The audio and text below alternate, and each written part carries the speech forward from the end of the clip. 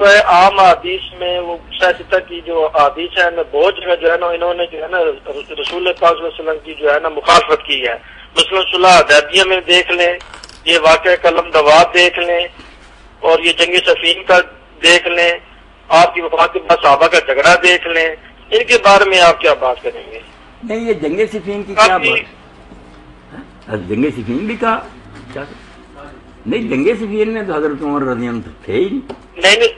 صلح حدیبیہ پر صلح حدیبیہ ٹھیک ہے، کاغذ قلم کا واقعہ. ہاں، یہ صلح آپ سے اور واقعہ قلم کرتاس ہے، وہ دو ہی ہو گیا نا. ایک قصہ ہو گیا صلح حدیبیہ کا، ایک کاغذ قلم. انہوں نے جو رسول پاک صلی اللہ علیہ وسلم کی ذات کی جو ہے نا جو مخالفت کی ہے نا، میں نے وہ بات کہی تھی کہ ان کی باتیں نہیں مانی. جو بات تھی نا صلح حدیبیہ کی، وہ تو آپ نے دیکھا کہ ہر شخص جانتا کہ حضرت عمر نے دینی غیرت کا مظاہرہ کیا. وہ ڈر رہے تھے کہ یہ کفار ہے مکہ سے ہمیں روکنے والے، جن کو ہم نے اتنی شکستیں دی. اللہ کے رسول آپ سچے ہیں، نبی ہیں، کیوں ان سے یہ دب کر صلح کر دی؟ حضور اپنی جگہ حکمت کو جانتے تھے. بعد میں حضرت عمر کو بھی سمجھ آ گئی کہ ٹھیک کیا تھا آپ نے. وہ تو ناراضگی خود حضور کی محبت کی وجہ سے تھی کہ آپ نبی ہوتے ہوئے کیوں جھک رہے تھے. کوئی جذبی نہیں تھی. ایسی باتیں جو ہیں اور جذبے سے کی. جو کاغذ قلم کی بات ہے وہ ٹھیک ہے. میں نے صاحب بتایا کہ ابن حزم کہتے ہیں یہ حضرت عمر کا بہت بڑا قصور ہے، بڑی غلطی ہے، انہیں روکنا نہیں چاہیے تھا. اس میں ہم بہانے نہیں بنائیں گے، جو رسول علیہ السلام کرنا چاہتے ہیں وہی ٹھیک ہے، مگر اس سے کوئی کفر تو لازم نہیں آتا. آدمی سے بڑی بڑی غلطیاں ہو جاتی ہیں.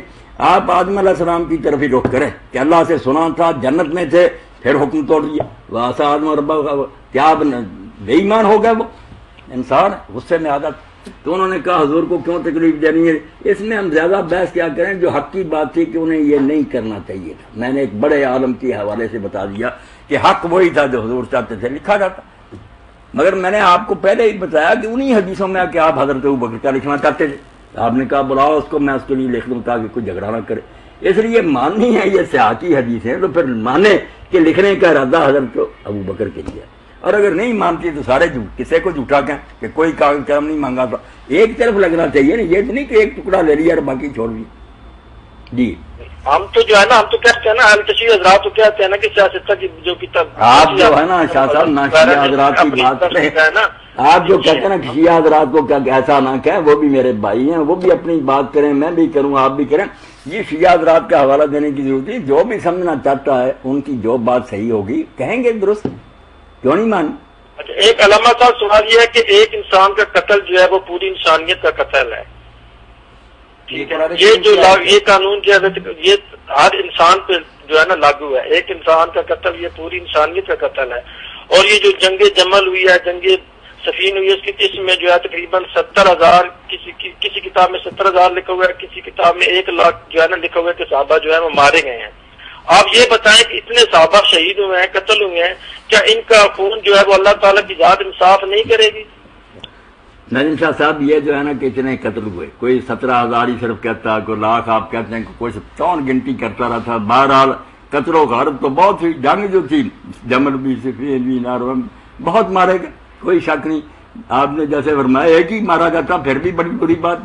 مگر مسئلہ تو یہ ہے کہ مارنے والے کیوں مار رہے تھے، مرنے والے کیوں مر رہے تھے، یہ فیصلہ نیت کا عالم الغیب و شہادہ کر سکتا.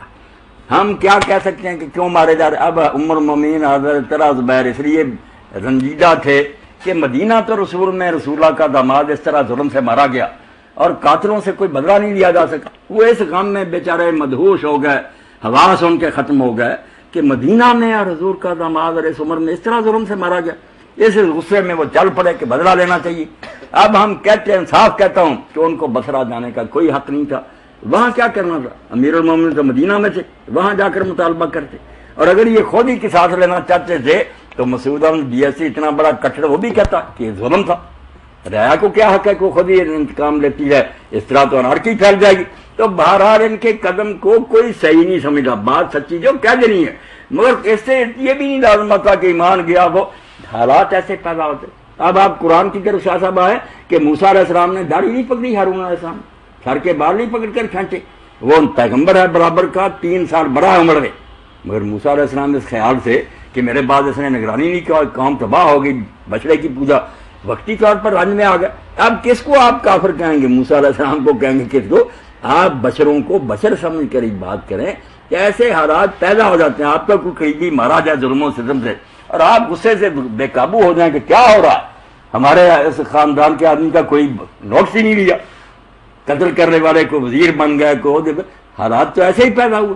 اب امیر المومنین پر بھی شبہ بڑھ گیا کہ مالک اشتر کو گورنر بنا دیا، محمد بن ابی بکر کو، لوگوں کو موقع مل گیا کہ اگر ان کا دخل نہیں تھا ان کو کیا بنایا۔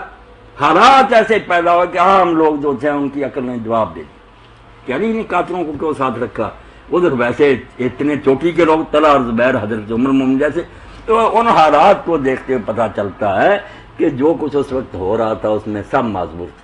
اپنی عام پبلک کیا کرتی، لوگوں کو کوئی سمجھ نہیں آ رہی تھا کہ حضرت عثمان کے ساتھ یہ کیا ہوا، ادھر ماں ہے ادھر خلیفہ ہے۔ تو ان مشکل حالات میں ہم بھی ہوتے تو شاہ صاحب پتہ نہیں ہماری عقل کیا کرتی۔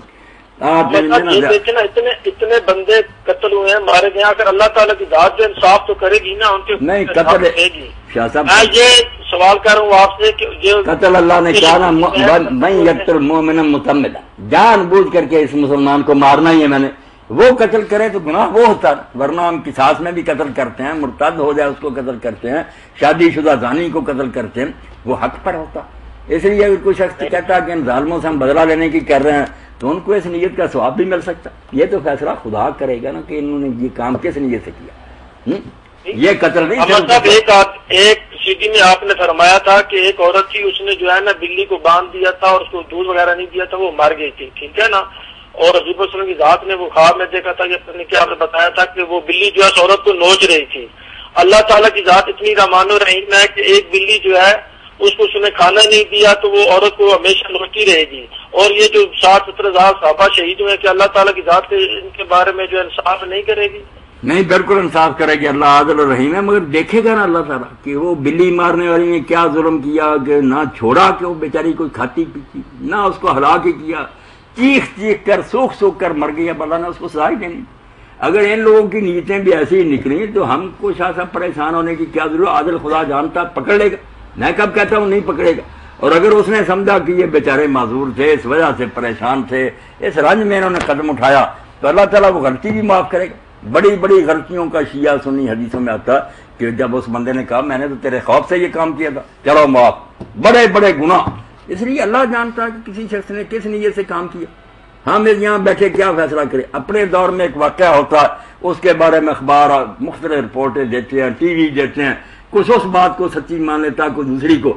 اپنے دور کی بات ہم نہیں سمجھ سکتے کہ اصل کیا ہے، اتنی دور کی بات، یہ آپ خطرے میں چھلانگ مارتے ہیں کہ 1400 سال کی کہانی ہے، ہر طرف راوی ہیں، راوی پارٹی باز ہے، کیا اس سے ہم نتیجہ نکالیں کہ ظلم ہوا یا نہیں ہوا؟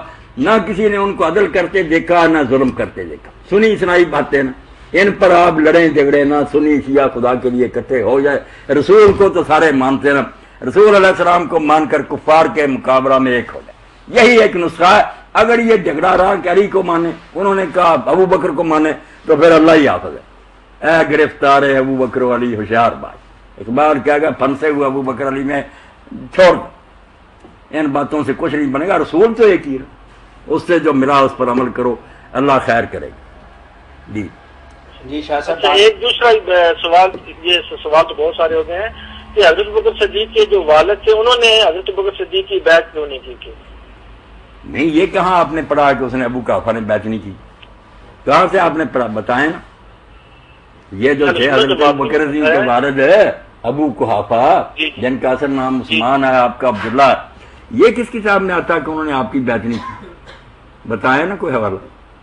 باقی یہ تو آپ جانتے ہیں شاہ صاحب کو اس زمانے میں یہ نہیں ایک مردہ جا کر بیعت کرتا تھا، قبیلوں کے سردار بیعت کرتے تھے، اہل الحل وقت جب لوگ مان لیتے تھے، ساری امت مان لیتی تھی کہ ٹھیک، پارلیمنٹ صدر کو منتخب کر رہی تھی، وہ ساری امت کا ہی سمجھا جاتا ہے انتخاب انہوں نے کر لی، ایک ایک آدمی کب بیعت کر رہا، نہ یہ کوئی طریقہ، یہی ہے کہ وہ مخالفت نہ کرے، کوئی مقابلے میں نہ اٹھ کھڑا ہو، سمجھا جاتا ہے کہ یہ بھی بیعت میں شامل۔